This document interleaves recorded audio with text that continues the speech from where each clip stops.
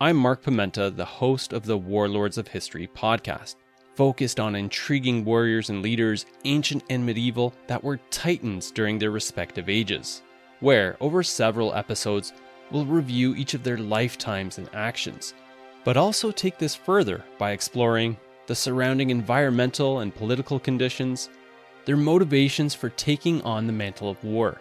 We'll cover what they did, how they did it, and finally, what their legacy was beyond their demise. If any of this interests you, join me as we dive into each of their lifetimes, their worlds, in the Warlords of History podcast. Available on all major podcast platforms or accessed via warlordsofhistory.com.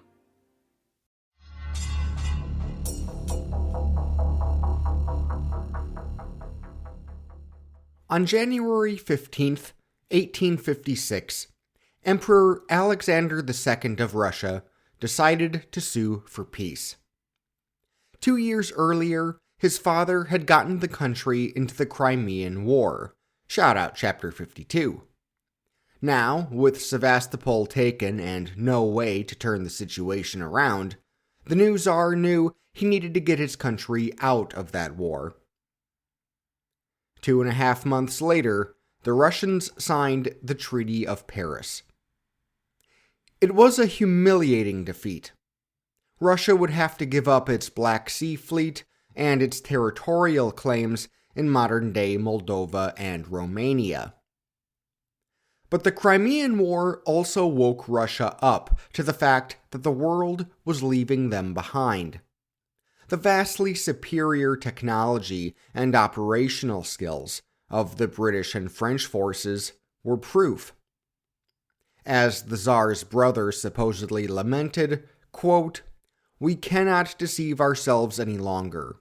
We must say that we are both weaker and poorer than the first-class powers." End quote. The time for reform had come. Over the next half-century, Russia would modernize.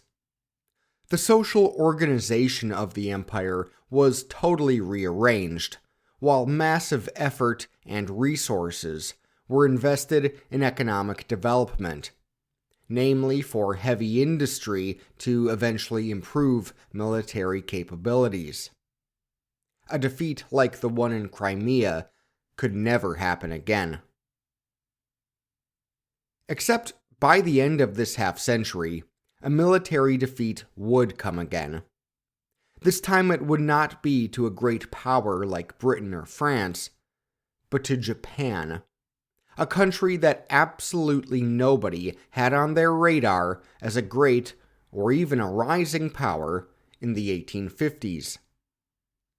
You see, as the war in Crimea was being waged, the Japanese were facing their own humiliation at the hands of another industrializing power. The United States was forcing open the long-secluded island empire, and it would set in motion Japan's own program of modernization.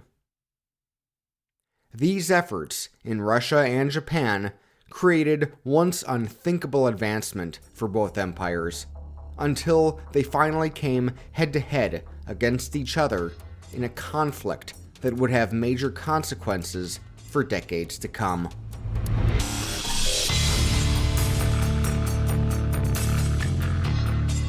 This is the Industrial Revolutions.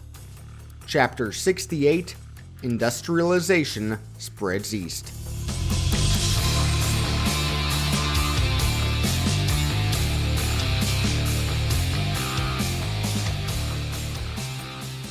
Alright, before we get started, let me cover a couple quick items.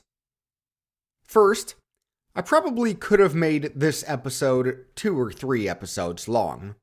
There is a lot of really interesting material that I just don't have enough time to cover. Patreon subscribers at the Steam Engine level and higher will be seeing my book recommendations in the next few months. And if you're interested in learning more about Russian and/or Japanese history in the late 19th and early 20th centuries, you will definitely want to check out these books. Another reason I want to keep my episodes focused and moving forward right now is because I have a big change coming up in my life. My wife and I are expecting a new industrial revolutionary this August, so expanding my episode count is a bit unrealistic. My plan is to get one more chapter done before she arrives, but that will probably be the last episode I am going to be able to record for several months. But I am still hoping to wrap up the Gilded Age by the end of the year. Finally, I want to thank everyone who continues to support the Industrial Revolutions financially. Special shoutouts this time to Paul Shockett and new patron Diego Huerta, as well as Andrei Andrejkovich, John Bartlett, Adam Bibby, Chris Bradford, Elizabeth Brooking, Harriet Buchanan, Yippa Burkott, Tara Carlson, Britt Cleaver, Dancer in the Dark, Michael Hosknecht, Madeline Hill, Eric Hoganson, Alonso Ibanez, Naomi Kanakia, Paul Crazen, Kyle Laskowski, Ian Lacane, Brian Long, Andrew C. Madigan, Martin Mann, J.J. Marks, John Newton, Max Ricard, David Roberson, Brad Rossi, Joshua Shanley, Christian Sibast, Jonathan Smith, Ray Squitieri, Tanner, Ross Templeton, and Seth Wiener. Now, let's get on with the show. The writer James Baldwin once noted that, quote, "Anyone who has ever struggled with poverty knows how extremely expensive it is to be poor," end quote. Nowadays, this feels truer than ever. Being poor means paying hefty fees for mistakes like overdrawing your bank account or missing a child support payment. It means having to purchase inferior products that are soon useless to you. It means you do not have the time or resources to go shopping and prepare a holistic meal, so instead you eat fast food or heavily processed foods, which cost you more in the long run, especially when you take the healthcare implications into account. Oftentimes, trying to climb out of poverty will only leave you further impoverished. And this can be as true for countries as it is for individuals. And from the end of the Crimean War, right up until the First World War, this was the hole in which Russia found itself unable to escape. The massive empire had largely failed to industrialize thus far. Now they would discover just how difficult it would be to catch up. Of all the things that made Russia look like a backwards civilization, there was one thing that really stood out: serfdom. Russia was the only European country still practicing this medieval social arrangement. And Russian serfdom was especially problematic. It was basically slavery in all but name. And even though it was on the decline in many parts of the empire, more than a third of Russians were still living in serfdom by the end of the Crimean War. It wasn't just that serfdom was viewed as immoral, though to many it was. It was also understood to be an impediment to progress and development. Economic thinkers going back to Adam Smith had long argued that such forms of bondage hampered productivity. And with economic freedom expanding in the West, Russians could see how this argument played out in practice. In the UK, France, Germany, and elsewhere, peasants were leaving the countryside to join an urban proletariat, churning out all kinds of goods in modern factories. This new working class contributed to an ever-growing rate of production, which not only meant higher material standards of living, but also greater tax revenue and greater military preparedness for the states in which they lived. Russian serfs, meanwhile, were tied to the land, unable to seek such opportunities in the cities. But though ending serfdom had long been an aspiration of the czars and other reformists, the project was always easier said than done. After all, serfdom was the bedrock of Russian society.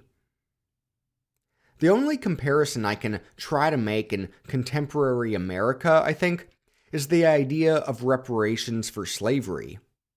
Now, many of you might know that this is something I personally support, but I will freely admit that making such reparations would inevitably set off a firestorm of contentious questions. How do you determine exactly who is entitled to reparations? Only those who can prove they had enslaved ancestors? Only those whose ancestors were enslaved in this country? How do you distribute the reparations? Through vehicles like education subsidies? Or via direct cash payments? How long should they be spread out? Or should they be spread out at all? And who should pay for them? All taxpayers? Even black taxpayers? Even recent immigrants and their children? Even white Americans whose ancestors never held slaves? Should it even be done with tax dollars at all, or should it be done by some other mechanism? Such questions touch on basic concepts of fairness, and would thus divide even the strongest supporters of reparations. Similarly, most Russians understood that serfdom ought to be abolished, but what that would look like in practice raised some uneasy questions. Just because human bondage was wrong didn't mean the Western proletarians were living such great lives after all. And unlike their counterparts in the West, Russian peasants were almost entirely uneducated. How were they expected to survive independently in the harsh modern world? How would it affect agricultural production? Serfs were key instruments of food output, and nobody wanted to accidentally cause a famine. What about the effects on the Russian financial system? After all, serfs were key assets of the gentry, and the gentry often mortgaged these human beings to keep up their glamorous lifestyles. So, wouldn't the gentry need to be compensated for this loss of property? Perhaps most importantly, would emancipation lead to political instability? Would the dispossessed gentry attempt a coup? Would the former serfs adopt the revolutionary ideas that had long destabilized countries like France? Despite all these concerns, Alexander II decided the hand-wringing had to come to an end. The serfs had to be freed, and he would be the Tsar to free them. In a speech to the nobility on March 30th, 1856, he announced the time had come. Over the next 5 years, his ministers drafted a plan, the Emancipation Manifesto, to get it done. At last, the serfs were officially freed on March 3rd, 1861. To ensure that emancipation didn't lead to mass unemployment or mass starvation, it was decided that the former serfs would need to get at least some of the land they worked on for themselves. Of course, between land and serfs, the state was taking an awful lot of property away from the gentry, so the gentry would definitely need to be compensated. To do it, the state would pay landowners/people owners a lump sum for their losses. But remember, the Russian state was also very poor. So this sum would need to be paid back to the state. By whom? That's right, the freed serfs. And these redemption payments, or the soul tax as they were sometimes called, were to be collected for the next 49 years at 6% interest. But just because the former serfs got land doesn't mean that individual serfs got individual parcels of land. I mean, some did, and gradually some peasants did build substantial landholdings for themselves. But for the most part, the land went to the mir. The mir was a rural village, a peasant commune. And even though each household in the mir would be allotted certain parts of the land was owned by the mir collectively. What's more, the mir was largely self-governed according to local traditions. Why did the Russians do it this way? Well, it had a lot to do with their religion. The Russian Orthodox Church was very disdainful of the Western churches, both Catholic and Protestant, and the mores of their adherents. The Church viewed the reforms in these countries as socially destabilizing and sinful. Many Russians viewed private property rights, in particular, as characteristic of a toxic individualism that put profits before all else. The serfs were free, though, and over the next half-century, more and more of them would head to the growing cities to find work. Now, it never happened at quite the same rates as in France and Germany, for example, and many peasants only did so seasonally, or for as long as they needed to for their families. But an urban industrial workforce was starting to grow. Other reforms were introduced as well.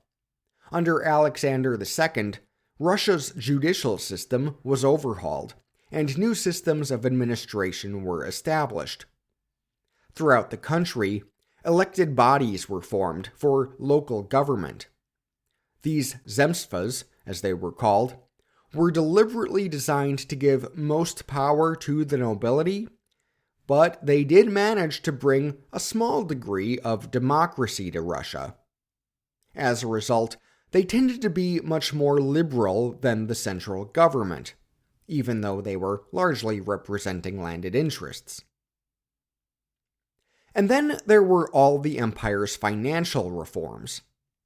Among other things, a new central bank was established, and a new law was passed to guarantee a unified budget for Russia. Tasked with overseeing these reforms and promoting economic development was the Tsar's finance ministry. Before long, the Minister of Finance was the most important position in government. The ministry faced 5 interrelated challenges. 1. Strengthening, or rather stabilizing, the ruble. 2. Building up the country's bullion reserves to improve international trade. 3. Balancing the imperial budget. 4. Bringing foreign capital to Russia, since Russia had so little capital of its own. And 5. Financing industrial development, particularly by building railroads. Time and time again, a new Minister of Finance was appointed. He would craft a strategy to address these challenges, and, before his strategy could take root, some crisis would come along, undermining everybody's faith in him. And this could be a foreign financial crisis that adversely impacted Russia, or a weather-induced famine, or whatever. And then the cycle would repeat itself. In soccer terms, it was the equivalent of coaching Chelsea Football Club. But even though most imperial reform efforts either stalled out or were conspicuously reversed, especially following the 1881 assassination of Alexander II at the hands of socialist revolutionaries, Russia never did abandon its efforts to modernize economically. Which isn't to say these efforts were not threatened. In 1891, a devastating famine hit Russia, taking some 400,000 lives and upending the economy. After years of redemption payments and high taxes to subsidize industrial development initiatives, the peasantry had no real savings to fall back on. And so millions relied on aid, much of it foreign aid, for their survival. In the wake of this disaster, the finance minister was replaced yet again, this time by the man who would make more progress toward industrialization than anyone else so far. Sergei Yulievich Witte was born in Tiflis, what is today the Georgian capital, Tbilisi, in 1849. His father, a descendant of Baltic Germans, moved his family around the Russian Empire as he took up different civil service jobs. Eventually, the family wound up in Odessa, where Sergei earned his degree in mathematics in 1870. Though he was interested in a career in academia, a friend of the family, the communications minister, Count Bobrinsky, encouraged him to find employment with the railroads, which were in desperate need of capable men. For nearly 2 decades, then, Witte built up a successful career on the railways, both private and public, where he proved to be an adept manager. In 1889, he was asked to create a railway department within the Ministry of Finance, where he would oversee freight tariffs and the planning of a railway through Siberia. And when the famine hit, not only was he charged with alleviating the situation along the Volga River, he became the frontrunner to replace his boss at the head of the Ministry of Finance. Tsar Alexander III appointed Witte finance minister in August 1892.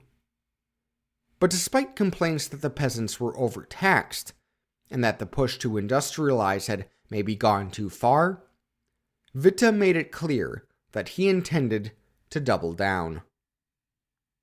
As he wrote the next year, quote, "Our fatherland overflows with all kinds of natural riches, but it has not yet utilized those riches to any degree desirable for the increase of its wealth. Financial policy should not fail to pay attention to the undesirable effects of excessive thrift in meeting the growing demands, but on the contrary, should give reasonable assistance to the development of the productive forces of the country." End quote.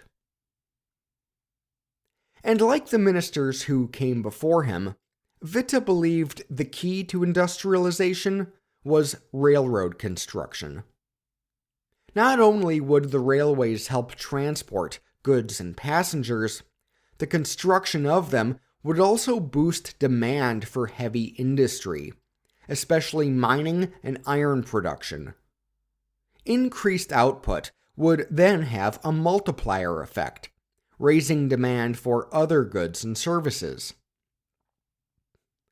At the heart of this program was the Trans-Siberian Railway. Running some 5,400 miles through the mostly unexplored eastern territories of the Russian Empire, it would be the longest railway in the world. Building it posed an enormous challenge. Russia did not yet have the money nor the labor power needed, but the government had been determined to do this for years now already.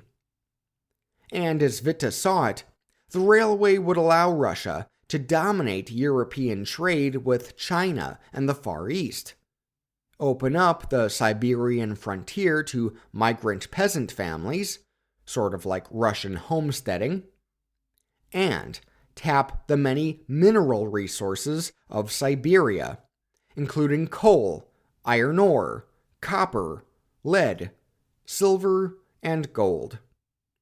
And gold would be especially important for shoring up the country's bullion supply and creating a trade surplus. In the end, the Trans-Siberian Railway produced mixed results. Due to its limited budget, construction was haphazard, and so the trains had to move slow on it with limited traffic per day. And profits fell way short of expectations. But it did facilitate greater trade with China. It did lead to nearly 1 million peasants settling in Siberia. And it did help boost the growth of Russian heavy industry. And it was a great feat symbolically. But perhaps more importantly, railroad expansion in Western Russia also boomed during these years. By the turn of the century, thousands of miles of track were laid down, some by private companies, the less lucrative lines by government, creating a dense rail network. This helped Russia export agricultural goods to the rest of Europe and created a more mobile workforce, as more peasants could now work seasonally in their home villages and the rest of the time performing industrial labor at mines, factories, construction sites, etc. Plus, the railroads directly employed some 400,000 workers, helping stimulate the economy broadly. Between private and public financing, some 3.5 billion rubles were spent on rail construction during the Witte era, equivalent to over $50 billion today. But there would be other components of his strategy, known today as the Witte System. It included industrial loans issued by the state bank and more widespread banking generally. It included a looser regulatory environment for joint stock corporations, a new patent law, and a robust investment in primary education. Controversially, it included the adoption of the gold standard. And to pay for all the stimulus programs, it included even higher taxes. This tax revenue would be generated first and foremost through tariffs. You see, Witte was a devoted disciple of our old friend, the political economist Friedrich List. As I'm sure you'll remember from Chapter 40, published over 4 years ago, List believed that tariffs were critical to the development of less industrialized countries. Because how could you get the textile industry off the ground in Russia if it was being flooded by cheap textiles from the UK, where the industry was already fully developed? And that's not a hypothetical question, that is literally one of the challenges Witte was facing. So, tariffs addressed both the industrial development problem and the state budget problem. But they also weren't enough. The deficit continued to grow. And so excise taxes were imposed on everything from alcohol and tobacco to kerosene, sugar, and more. And again, this is all on top of the redemption payments the former serfs were forced to pay. Plus, Witte radically reorganized the finance ministry, changed the culture of the place, placing a lot of trust in the help of academics and business advisors, and expanded its bureaucratic reach. He became by far the most powerful politician under the Tsar. So how did it all work out in the end? Well, first of all, Russian rail infrastructure grew by some 46%, faster than anywhere else in Europe. Of course, due to the immense size of the empire, they still lagged behind the West in terms of rail density, but they were catching up. As a result, freight traffic grew considerably, never lacking for demand. This was particularly true for grain exports, booming thanks to the opening of Siberia, and allowing Russia to at least keep pace with the growth of American grain output. Passenger traffic was also significant, with over 127 million tickets sold in 1902. Second, rail construction did lead to more heavy industry. Russian coal production more than doubled, and iron production more than tripled, although even this could not keep up with demand. Ukraine became a major metallurgical region, and the empire surpassed the French in terms of pig iron yield. The oil industry around Baku, shout out chapter 61, was the strongest in the world. The production of ceramics, chemicals, sugar, cotton textiles, and metal tools and equipment all nearly doubled. Though still small, Russia notably grew its share of the world's manufacturing output. The rates of household savings and consumption grew as well. By extension, private enterprise grew. The number of new joint stock companies registered per year nearly tripled, albeit most of these were very small businesses employing fewer than 50 workers. Remember, though, how extremely expensive it is to be poor. All this economic development took a heavy toll on Russia. For starters, the conversion to the gold standard had much the same effects it did in the US and Germany during these years. Held in treasury reserves, the gold wealth was not redistributed. So it was great for long-term international trade prospects, but very hard on Russian workers and peasants. Tariffs had a similar effect, not just by keeping prices for consumer goods high, but also industrial products. Iron tariffs, in particular, drew complaints that they drove up the costs of modern agricultural tools and machinery.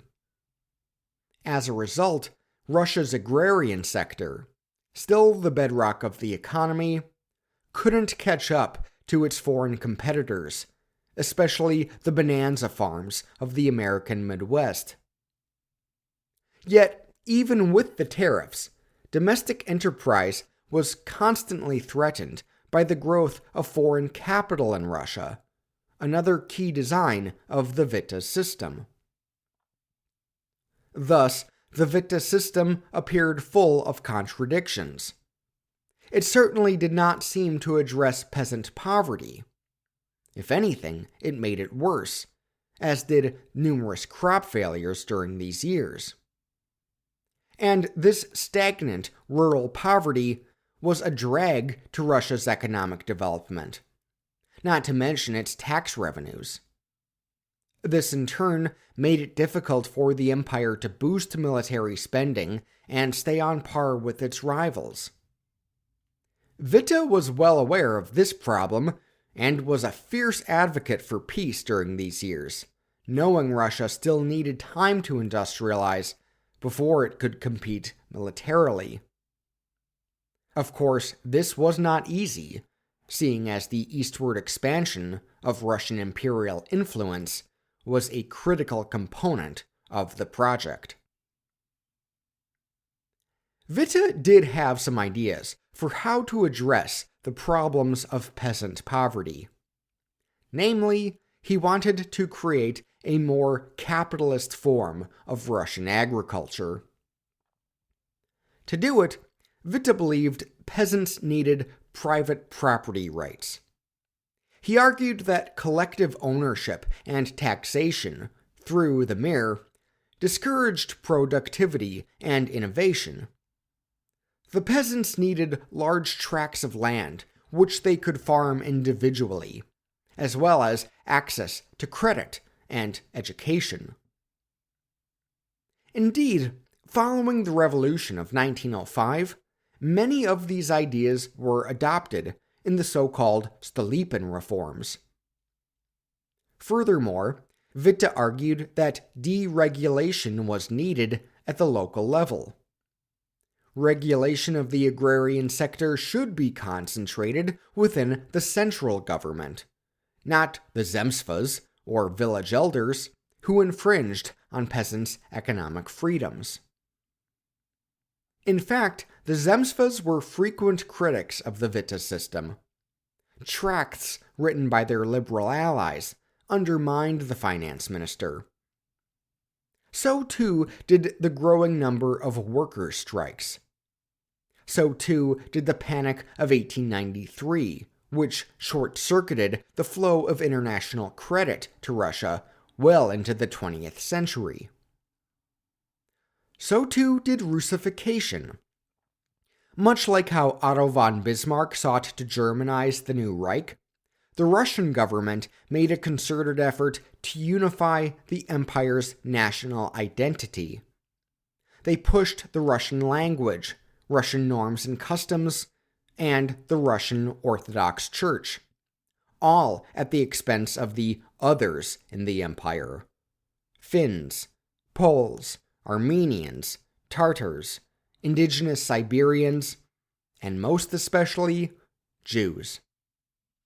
Spurred along by the anti-Semitic new Tsar, Nicholas II, Jews in the Russian Empire faced a growing number of pogroms against them, forcing many to flee to countries like the UK and US. Not only did Witte abhor these acts on a personal level, he found them a nuisance in his efforts to raise capital from the West. Many of the bankers he worked with were from Russia's new ally, France, and many of them, including our old friends the Rothschilds, happened to be Jewish. Finally, in August 1903, with the promises of the Witte system still unrealized, and after having made many enemies, Sergei Witte was promoted to the post of chairman of the Committee of Ministers. As a result, he was forced out of the finance ministry, losing a position of real power in exchange for a largely ceremonial role. But it was not the end for Witte. He would later become the first prime minister of Russia, following the country's disastrous war against Japan.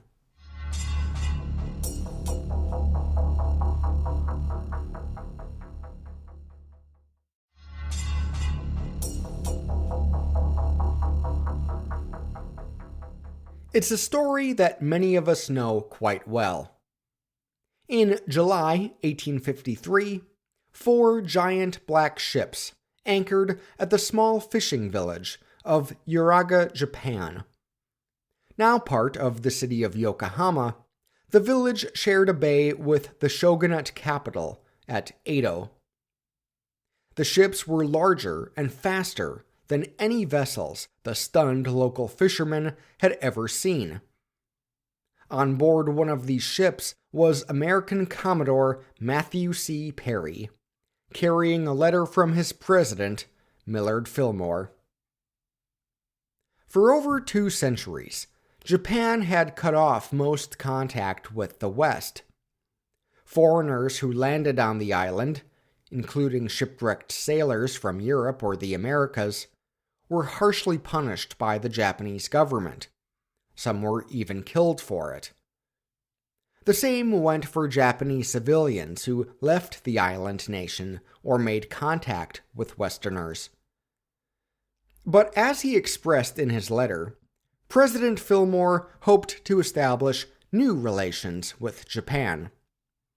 Quote, "I have directed Commodore Perry to assure your Imperial Majesty that I entertain the kindest feelings toward your Majesty's person and government, and that I have no other object in sending him to Japan but to propose to your Imperial Majesty that the United States and Japan should live in friendship and have commercial intercourse with each other."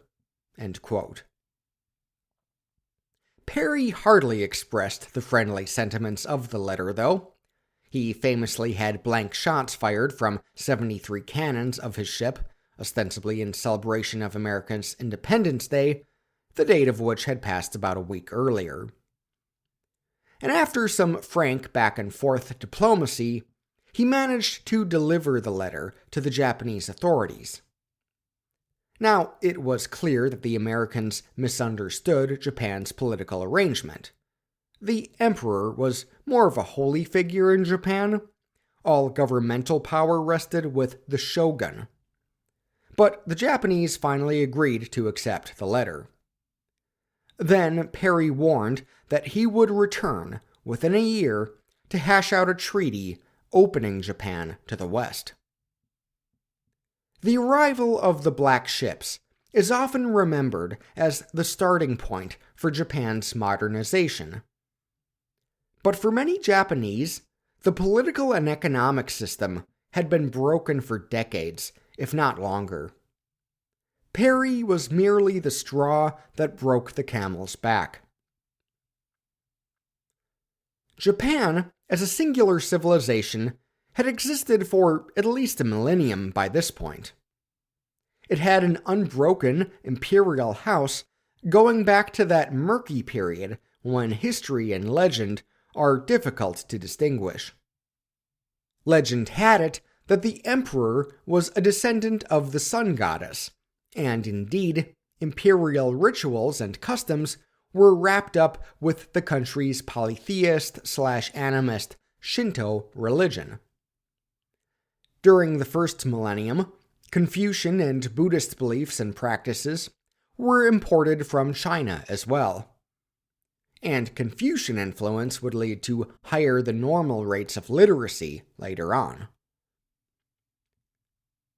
Much like the medieval caliphs had done with the sultans, and the popes had done with, say, the Holy Roman emperors, the Japanese emperor maintained spiritual and constitutional authority while effectively delegating civil and military authority to a different type of monarch, the shogun. Still, Japan was a very feudal society, largely decentralized and organized by vassalage more than by any modern nation-state type institutions. And for much of that period, the Japanese nominally showed deference to the Chinese emperor, albeit this was mostly for diplomatic purposes, so China would leave them alone. The first Western contact came in 1543, when the Portuguese arrived. They established a new port at Nagasaki to engage in trade and missionary work. The Portuguese sold Japan muskets while taking many of its people, particularly women, as slaves. These developments, along with the Jesuits preaching a religion that flew in the face of so many key cultural and political norms, seriously shook up Japanese society. Then came a brutal civil war between Japan's great houses. Eventually, the Tokugawa clan triumphed in 1600. 3 years later, they declared their leader to be the shogun, established a court at Edo, away from the imperial capital in Kyoto, and expelled the Portuguese. Moving forward, contact with the outside world would be pretty much limited to China, Korea, and the Netherlands. Also moving forward, the houses that had allied with the Tokugawa in the Civil War were given almost permanent prestige and political power. Christianity was strictly forbidden. And the warrior class, the samurai, were largely removed from the lands they had controlled for centuries. To the winners go the spoils, so they say, and much of the land was consolidated by a small number of victors. The rest of the samurai were ordered to take residence in the booming castle towns across the empire, especially Edo and Osaka. Instead of drawing large incomes from landed estates in exchange for performing military service, samurai now drew small incomes from the state in exchange for performing policing and bureaucratic roles. This was a deeply frustrating arrangement for the samurai. For one thing, they were performing tasks that did not meet the level of honor they held for themselves. For another thing, they felt like they were doing much more for the sake of good governance than their bosses were. The bakufu, that is, the central government in Edo, was seen as irredeemably corrupt and unaccountable. Meanwhile, the daimyo, that is, the heirs to the great houses and leaders of the feudal domains, were coddled and spoiled from the time they were children, making them completely inept as adults to lead as local administrators. It was also during these years that Japan experienced its own process of proto-industrialization. And while there were many ways it was distinct from the Industrious Revolution back in Europe, there were many similarities too. Most importantly, there was something of an agricultural revolution going on. As the estates became too large for the landholders to oversee themselves, tenant farming families found more and more freedom for their own economic expansions. New farming manuals spread throughout the countryside, outlining scientific methods of crop cultivation and how to optimize the productivity of harvests. These manuals emphasized the importance of profit as an outcome, not only to enrich the family unit, but by extension to enrich the empire. It was not unlike Adam Smith's description of his invisible hand, shout out Chapter 10. Disciplined time management among peasant families allowed them to expand their operations, not only by producing mass-scale harvests, but also taking up all kinds of cottage industry for by-employment. They would set up spinning and weaving operations, using silk and cotton, made furniture, mined for salt and coal, and produced an expanding number of consumer goods like paper, pots and pans, candles, sake, and more. Mind you, a lot of this activity was illegal. These were trades that were supposed to be monopolized by urban guilds. But the power of the guilds diminished as the samurai were holed up in their towns rather than in rural villages. Similarly, with the samurai in the towns, there was almost no reassessment of rural taxes for over 200 years. So while the peasants were producing ever greater surpluses, except during the several devastating famines throughout the Tokugawa period, their taxes pretty much stayed the same. It allowed for a good deal of pre-capitalist capital accumulation. With an expanding food supply came an expanding urban population. By 1750, the population of Edo was over 1.2 million, with another 410,000 in Osaka and 370,000 in Kyoto. Now, those populations did decline a bit in the century to come, as urban dwellers more and more realized there was more freedom in the countryside away from the samurai. But even by the time of Perry's arrival, these cities supported huge merchant communities. What's more, many merchants were becoming quite wealthy, thanks to the economic growth underway. Samurai frequently complained about how the merchant class was living so luxuriously, while the warrior class was clearly becoming impoverished. In retrospect, it's easy for us to point to these developments as having laid the groundwork for Japanese success in the industrial age. And when compared to Russia, where attempts to grow the economy came from top-down projects, this was a process clearly coming from the bottom up. It helps explain how Japan caught up to, or even surpassed Russia by 1905. Yet, in the Tokugawa period, these changes were very destabilizing.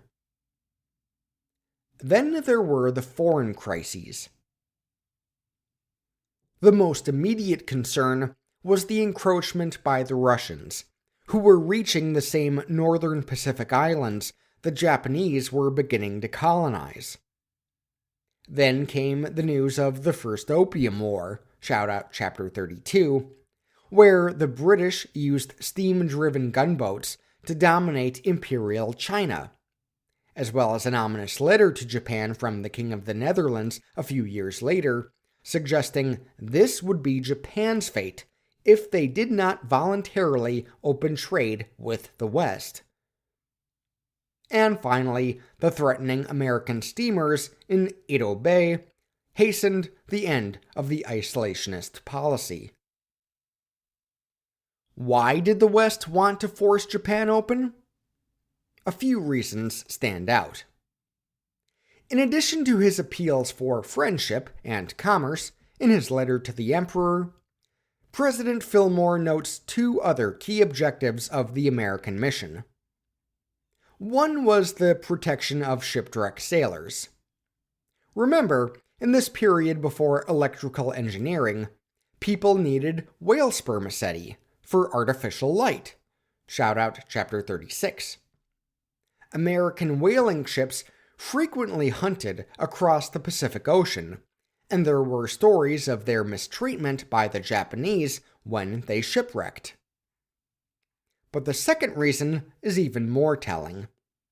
Fillmore writes, quote, "The United States of America reach from ocean to ocean, and our territory of Oregon and state of California lie directly opposite to the domains of your Imperial Majesty. Our steamships can go from California to Japan in 18 days. We understand there is a great abundance of coal and provisions in the Empire of Japan. Our steamships, in crossing the great ocean, burn a great deal of coal, and it is not convenient to bring it all the way from America. We wish that our steamships and other vessels should be allowed to stop in Japan and supply themselves with coal, provisions, and water." End quote. Upon discovering that other Western powers had their own plans to force Japan open, Perry returned sooner than he originally promised, this time with even more ships. After threatening to bring another 100 ships, which the Navy did not actually possess at this time, Perry managed to arrange the necessary diplomatic meetings. Now, the Americans brought several gifts to the meetings to demonstrate the benefits of trade. The Colt revolver, shout out Chapter 33, the telegraph, shout out Chapter 35, a camera for daguerreotypes, shout out Chapter 37, clocks, tools, whiskey, and more. But by far the most memorable was a small locomotive and carriages that ran on a small circular track. As one American later described it, quote, "The car was a most tasteful specimen of workmanship, but so small that it could hardly carry a child of 6 years of age." The Japanese, however, were not to be cheated out of a ride, and as they were unable to reduce themselves to the capacity of the inside of the carriage, they betook themselves to the roof. It was a spectacle not a little ludicrous to behold, a dignified mandarin whirling around the circular road at the rate of 20 miles an hour, with his robes flying in the wind. As he clung with a desperate hold to the edge of the roof, grinning with intense interest, and his huddled body shook convulsively with a kind of laughing timidity, while the car spun rapidly around the circle, you might have supposed the movement was dependent rather upon the enormous exertions of the uneasy mandarin than upon the power of this little puffing locomotive." End quote. The introduction of the steam locomotive was a big hit. But within Japan's governing class, there was huge disagreement about how to engage with the foreigners, who were considered barbarians. Some believed that any capitulation was dishonorable and unforgivable. A few were welcome to the idea of opening up trade. But the most popular position was to make limited concessions, learn as much about Western technology as possible, and later harness it to defeat the Westerners and cast them off again. Thus, Japan agreed to an unequal treaty with the United States, much like the Chinese had done with the British, opening up 2 new ports to trade. Similar agreements came with the British, Russians, and French before the end of the decade. The capitulation set off a chain of events that would lead to the shogunate's collapse 14 years later. For starters, there was a massive ideological shift underway. Writers began lamenting the centuries of Chinese influence in Japan. They were something of Shinto nationalists, who saw the introduction of Confucian and even Buddhist thought as weakening Japan's glory. And while the Tokugawa shoguns had Zen Buddhism greatly intertwined with their court rituals, it was the emperors who were descended from the Shinto sun goddess. Thus, they believed, the shogun held an illegitimate office. All sovereign authority ought to rest with the emperor. Additionally, these writers more and more abandoned Confucius for Western ideas of progress. One, a teacher named Yoshida Shoin, hatched a plan to overthrow the shogun under the battle cry, "Revere the emperor, expel the barbarians." He was captured and beheaded in 1859, but his battle cry lived on, especially in the Satsuma province and the Choshu domain. Over the next several years, the Bakufu found themselves dealing with numerous rebellions. All this history is a bit too complex for me to cover in great detail here, but it is pretty fascinating. If you'd like to learn more, I recommend listening to the Fall of the Samurai series on the History of Japan podcast. By the mid-1860s, Choshu had sent several of its young men to Britain to learn the ways of the West. They also joined the Satsuma to arm up and ally together to resist shogunate reforms. When the final shogun, Tokugawa Yoshinobu, took office in 1866, he found he was unable to effect change within a constitutional order that was bleeding to death. At the advice of representatives from the Tosa domain, who were moderate allies of Satsuma and Choshu, Yoshinobu agreed to resign. From there, the emperor would form a new national council of government that Yoshinobu would chair. Except once he resigned, the new emperor, Mutsuhito, had other ideas. In January 1868, he announced, quote, "We shall henceforth exercise supreme authority in all the internal and external affairs of the country." End quote. It was the start of the Meiji Restoration. Over the next year and a half, the emperor and his allies defeated the former shogun and his allies in a swift civil war. Edo was seized by imperial forces and renamed Tokyo, or Eastern Capital. Feudal domains were returned to the emperor, giving him total sovereignty over the land. And the emperor formed a new government that radically changed Japanese society. In fact, I have seen many comparisons between this moment in Japanese history and the French Revolution in French history. Some describe the Meiji Restoration as, quote, the French Revolution without the guillotine.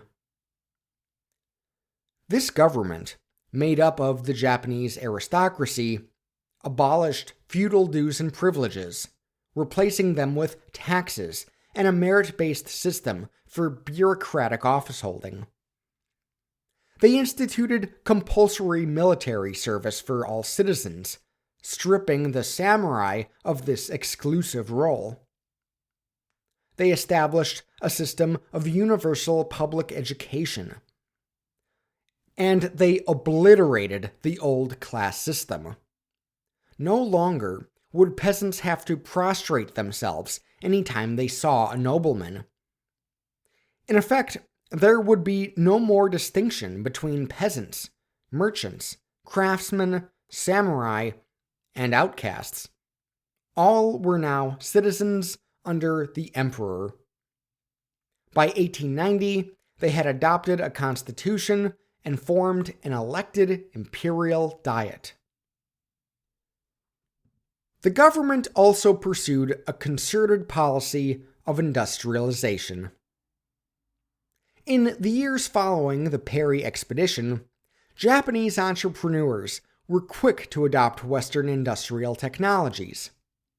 New iron foundries were established in Izonokuni and Kamaishi. New shipyards were set up in Kagoshima and Saga. And various new mills, kilns, and factory sites went into operation throughout the country. But thanks to the centralization of the imperial regime, in the initial years of the Meiji Restoration, it was the state that took the lead in industrialization. With the creation of the new Ministry of Industry in 1870, government bore the costs of building new textile and steel mills, new coal mines, new arsenals, new ports, and new public works projects like paved streets and street lighting. Japan's first telegraph line from Tokyo to Yokohama was completed in 1869. The country's first railroad was completed between those same two cities in 1872. Telegraph and rail networks spread across the country over the next few years. By the late 1880s, the State Railway Bureau had completed some 640 miles of track through difficult terrain. And then that number more than tripled by the mid-1890s. Also by the mid-1890s, Japan was manufacturing its own steam engines. Virtually all these projects were completed with the help of foreign expertise, such as the Scotsmen Richard Henry Brunton and Thomas Blake Glover, who worked on a variety of business and engineering projects. Among the railroad builders, there were the grandsons of our old friend, the locomotive inventor Richard Trevithick. But they were also driven by key Japanese leaders, like Industry Minister Ito Hirobumi, a Choshu native who studied the sciences and economics in the UK and US before the Meiji Restoration, and who later crafted Japan's constitution and served several stints as prime minister. To make all this industrialization possible, a new Bank of Japan was established. Using Belgium's Société Générale as a model, It both functioned as a central bank and invested in industry. And a new national currency, the yen, was adopted as well. Once industrial operations were up and running, the government would sell the entities to private sector players. Some, like the Sumitomo and Mitsui families, hailed from the old merchant community. Others formed entirely new companies, like Yasuda and Mitsubishi. Such groups were known as zaibatsu, financial cliques. These were huge, vertically integrated conglomerates, with a single family or small group of shareholders who controlled a bank, financing several industrial companies under their auspices. Despite the growth of large corporations in the West, the zaibatsu were unmatched in their importance to a single nation's economy. Mass production became the order of the day. New methods of mining, manufacturing, brewing, and construction were introduced. This was helped along not only by the introduction of Western technologies, but also by Japanese cultural factors. Writing about feudal Japanese views toward time management, for example, historian Thomas C. Smith writes, quote, "Time was regarded as fleeting and precious, and great moral value attached to its productive use. Time was not a personal possession, but belonged primarily to families and, through them, to kin, neighbors, and villages." End quote. Smith argues that this approach was put to use in the factories, not in the service of kin or community, but in service to the zaibatsu. Quote, "Indeed, it appears that time thrift in the Japanese factory was not imposed unilaterally by management, but was a joint creation with workers." End quote. Now, there's a lot more I could say about the concept of time in Japan during these years, and the fascinating ways it affected clockmakers and watchmakers. However, I need to worry about my own time management as it relates to this episode, so I won't be covering it here. Luckily for you Patreon subscribers, it will be included in the footnotes today instead. Although Japanese workers were ready and willing to implement time discipline in the factories, and although traditional class distinctions were largely leveled early in the Meiji Restoration, industrial conditions would soon produce new socioeconomic divisions, even worse than those in the West.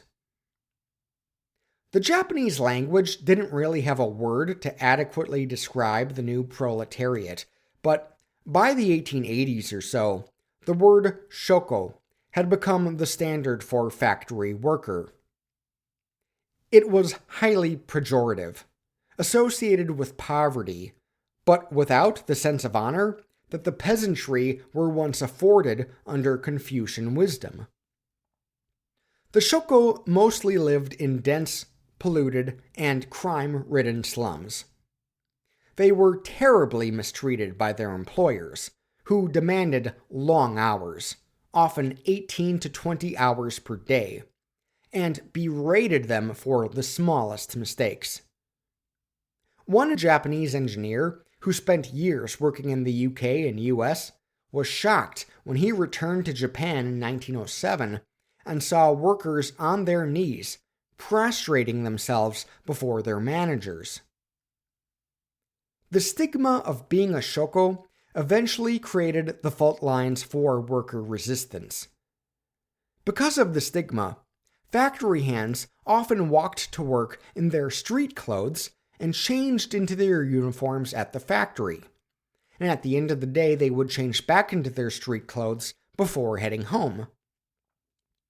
When factories began demanding their employees walk to work in their uniforms, it created such a sense of shame that many felt paralyzed or even suicidal. This environment was contradictory to older Japanese cultural norms. Workers believed they had a responsibility to be loyal and obedient, but that employers had a responsibility to be fair, just, and humane. And as far as the workers were concerned, only they were upholding their end of the bargain. So they began to organize worksite groups that would, in time, evolve into labor unions. Coal miners, in particular, were largely responsible for bringing trade unionism, democratization, and even socialism to Japan. As the Shoko gradually adopted Western methods of worker resistance, they also gradually adopted Western ideology, namely the concept of rights. This was woven into the existing cultural beliefs about status and the benevolence that those at the top owed to those at the bottom. The right to benevolence became the foundational principle of the Japanese labor movement. The country's first strike came in 1899 when railway engineers argued that because they worked with dangerous machines that were so vital to the prosperity of the nation, they were entitled to greater dignity. Now, workers usually did not strike for shorter hours, but instead for better overtime pay and opportunities for advancement within the company. By the 1920s, the Japanese labor movement was perhaps the most successful in the world, and Japanese ideological norms had a lot to do with it. For example, in 1913, the socialist academic Abe Isu wrote an influential essay arguing that the person-based relations of hierarchy and authority, like we know so well in the West, should be replaced by an enterprise-based system of hierarchy and authority. All employees would be equal in rights and opportunity, serving not a boss per se, but their company, which in turn would serve the nation. In theory, the only person being served in this national arrangement would be the emperor. As one workers' paper put it, quote, "It hampers the development of industry to treat clerk technicians as lords and actual producers as vassals. If Japan is to win the World Industrial War, workers must make capitalists and managers realize this. If we are to succeed, then an era of cooperation will come about that will increase the benefits of industry and strengthen the peace and prosperity of the country." End quote. In fact, all this reflected ideas going back to Yoshida Shoin and his teacher, Sakuma Shozan. A popular slogan of theirs is often translated along the lines of Western techniques, Japanese spirit, or Western science, Japanese ethics. And although the impetus to expel the barbarians had died down, there was still a great deal of reverence for the emperor and a growing energy to win that World Industrial War. In this, they followed the West's lead, as it related to empire building.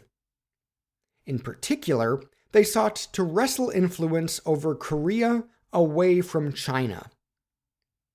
When the Western powers largely sided with China in the First Sino-Japanese War of the 1890s, though, many in Japan turned away from Western liberalism and toward an even more imperialist form of Japanese nationalism. This would set the stage for much of what was to come in the 20th century, kicked off with a war against Russia.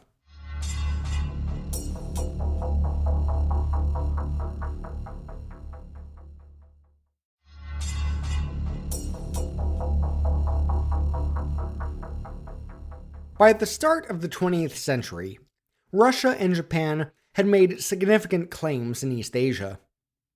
Russia had taken control of Port Arthur, a warm water port in Manchuria with links to the Trans-Siberian Railway. Japan, meanwhile, had stripped China of its hegemony over Korea. Now, both Russia and Japan had their eyes on Korea, and when the pro-Russian government in Seoul gave mining and logging rights to Russia, it roiled the Japanese. Still, nobody wanted war, so Japan proposed an agreement that would effectively give them control of Korea while recognizing Russian control of Manchuria. Negotiations got underway, but then a year went by without any serious progress.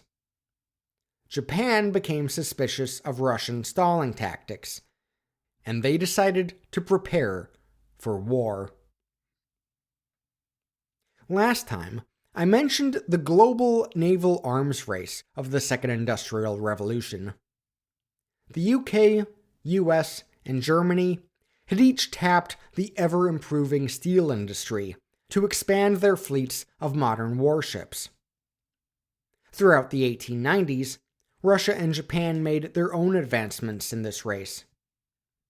Despite Witte's opposition to it, Russian naval expenditures increased by roughly 70% during his time in office. Around the same time, Japan added over 100 warships to its navy. But the Japanese buildup was much more systematic and strategic than Russia's.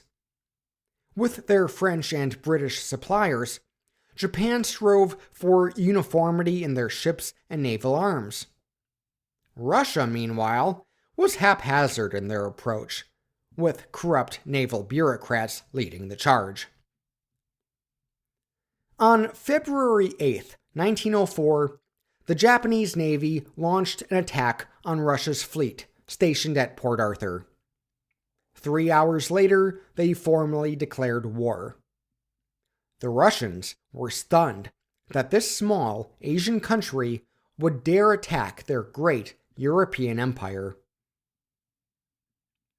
As we'll discuss more next time, this was an age when white supremacy was accepted as a fact of life. Sure, peoples from the global majority might have gone to war against white imperialists, but they always lost. And going into this conflict, hardly any observers predicted anything different. Russia was able to hold Port Arthur for the time being, but they were under siege. The Russian ships did not have the firing range of the Japanese ones, and they were unable to break the Japanese blockade. Russian troops would need to be sent east, via the Trans-Siberian Railway, to relieve their compatriots. But due to the limitations of the railway, it took them weeks to get to Manchuria. By the time the soldiers did arrive, they were met by entrenched Japanese forces. Finally, Russia decided to send its Baltic fleet to break the siege. From October 1904 until May 1905, 38 Russian ships sailed through the Baltic Sea to the Atlantic Ocean, around the Cape of Good Hope, across the Indian Ocean, and through the South China Sea. Then on May 27th, they met 125 ships of the Japanese Imperial Navy. Though outmatched in terms of battleships, the Japanese fleet just laid waste to the Russians. They sunk 20 ships, including 6 battleships, producing over 11,000 Russian casualties, compared to just 700 Japanese. It was a devastating blow to the Russian Empire, which was now also in the throes of the 1905 revolution back home. With this victory at the Battle of Tsushima, Japan had won the Russo-Japanese War. Make no mistake, news of Japan's triumph sent shockwaves around the world. Nobody would have predicted an East Asian country claiming such a decisive win. U.S. President Theodore Roosevelt, who mediated the peace treaty to follow, called it, quote, "the greatest phenomenon the world has ever seen." One British journalist noted, quote, "the era of inequality between the races is over. Henceforth, white and yellow man must meet on equal footing." And across Asia, even in countries adversarial to Japan's sudden rise, there was great admiration for what they had achieved. Mahatma Gandhi wrote, quote, "Our reading of the account of the Japanese War will have been fruitful only if we emulate, to some extent, at least the example of Japan." Years later, Mao Zedong remembered a song taught to him by a Japanese teacher and said he, quote, "knew and felt the beauty of Japan and felt something of her pride and might in this song of her victory over Russia." The Russo-Japanese War had profound consequences for its belligerents. In its defeat, the Russian Empire faced turmoil on the home front, as revolutionaries used the moment to win major concessions from Nicholas II, including a constitution and the creation of a national representative legislative body, the Duma. And although many of the reforms would be rolled back in the years to come, this revolution served as a precursor to a more successful revolution in 1917. And for Japan, the victory only strengthened imperial ambitions. 5 years later, they would annex Korea, beginning a 3-decade period of brutal exploitation. And the empire expanded its reach with colonies in China and the South Pacific during the lead-up to the Second World War. But Japan was by no means alone in this.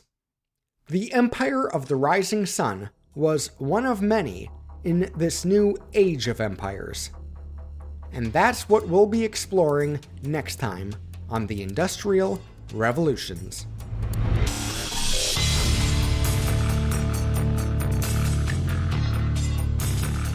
If you want to join the Industrial Revolutionaries to get access to the footnotes and/or book reviews, among other perks, sign up at www.patreon.com/indrevpod. And you know it, that's patreon.com/indrevpod. Thanks again.